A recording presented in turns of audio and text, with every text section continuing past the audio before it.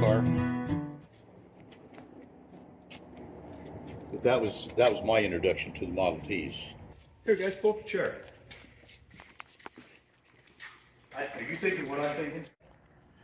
No, he's a tool guy, woodworking tools. Okay. He's got a collection of planes. He has this thing about wood planes. Okay. Really? If you want to know anything, Stanley hand planes. if you want to know anything that was ever to be known about plane, I feel like that's a wood plane. What's the big deal? Just don't get him started. How many planes do you have? And restored beautifully. A lot of them antique planes. How many do you have, Gene? A couple hundred. Really? 200, yeah. Yeah. Wow. Stanley made 250 planes. Some of them are just new versions of the old thing, but Yeah. over the last 150 years or so, they've changed them a lot. But I've got 200. They made 250, so I need 50 more to complete my collection. I don't think I'm going to live long enough. Not only that, you don't have any place to put 50 more planes. Wow.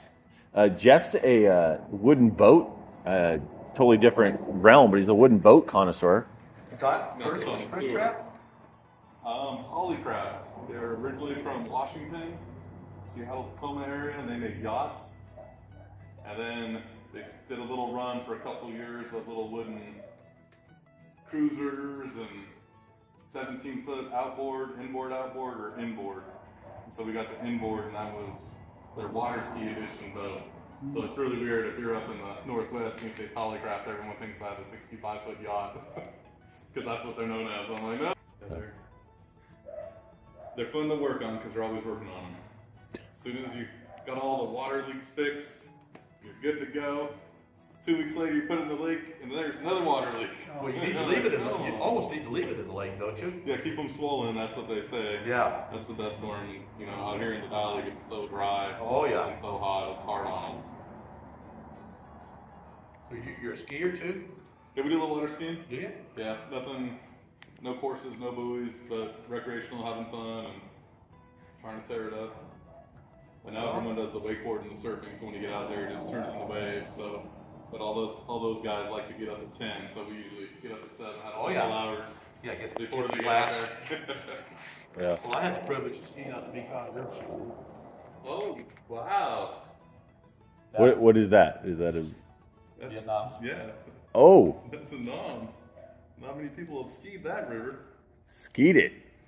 We had, I had just a small advisory team, myself and about half a dozen other guys. So, and we were off and away from all the Americans. And we had this is way down south. It's about as far south as you can go. There's a big city called Canton. It's right at the mouth of the Mekong. The Mekong comes into the South China Sea. And there's a big Navy base there. So one day, a couple of sergeants we had a Captain VC rifle, just an old homemade rifle. And a couple of the sergeants took that rifle and a case of whiskey and went to the Navy base just to see what they could come up with. And they came back with if you could imagine, if you took a 16-foot, just a regular 16-foot boat, turned it upside down, put a release agent on it, and just covered it with fiberglass, about 2 or 3 layers of fiberglass. No reinforcement, no nothing, just the hull. They came back with that and a real tired Johnson 40 horsepower motor. So we had a Jeep there that at some point had been hit by a mortar, so there was just parts. So we started salvaging stuff off of this Jeep. Took the seat out, took a piece of plywood and laid it across the front to make a bow. Drilled holes and baling wired it together to stiffen it up. Took the seat out of the Jeep. We took the steering wheel out and got the Navy to make us a shaft with pulleys on the end of it. We ran cables back to the motor. You couldn't get any two-stroke oil. Had old GI oil, but we found out if you take an oil can with a long spout on it, you can shove it down the throat of the carburetor, manually open the reed valves and prime it. and once you can find them, you get it started. And then somebody turned up a set of water skis. You don't ask, you don't tell. You should be able to get a set of water skis most any place in Vietnam, right? You just don't even, there are things you don't want to know. So we used to ski, we were living right on the river. We had a little mud outpost right on the river. Actually what it was, there's two, the main river runs here and then it's intersected by, they call them canals. To us, it would be small rivers. But, by canals every so often, and that's like their freeway system. They're, you know, like we have roads. So anyhow, and at the intersection of these canals and the river, the locals would throw up a mud wall, triangular shaped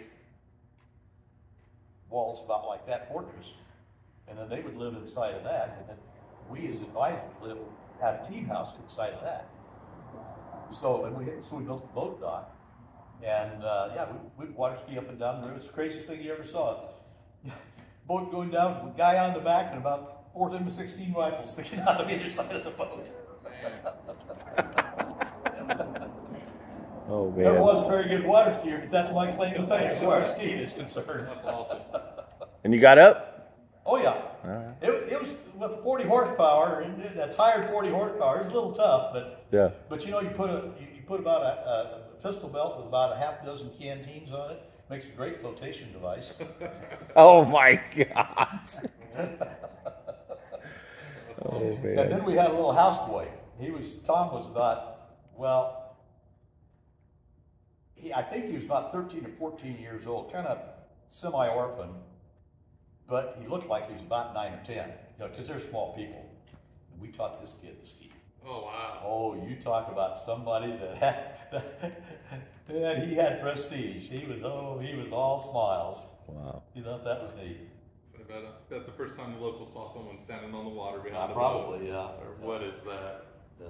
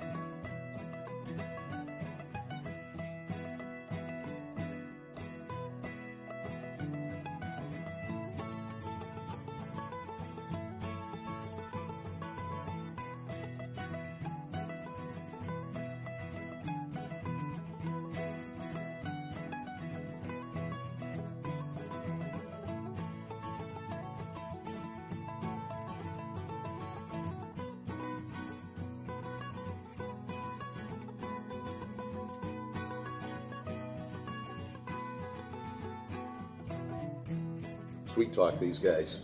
Of course. Well, thank you for showing us your projects. Oh, absolutely. It is. It's been a pleasure. Yeah, no, I'm glad you came by. And anytime you guys are out and around, I was going to say you guys have to work for a living, but every Thursday there's about a dozen guys over here hanging out and swapping lies and drinking coffee and eating donuts and that sort of thing. Man, That sounds fun. Thursday morning, I could be sick.